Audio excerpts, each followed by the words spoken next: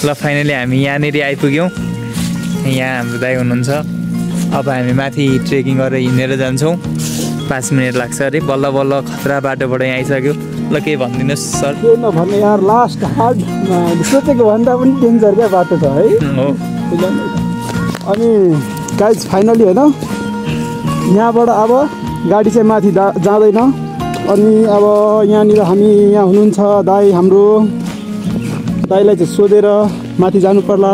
दाजु के छ यहाँबाट कस्तो छ अवस्था के माथि जाने बाटो गाडी जाँदैन है।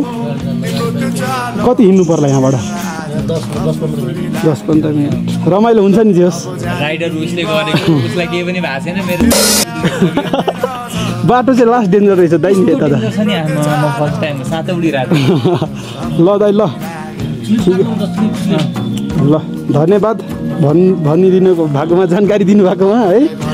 ल गाइस अब हामी चाहिँ लाग्यो मासतिर।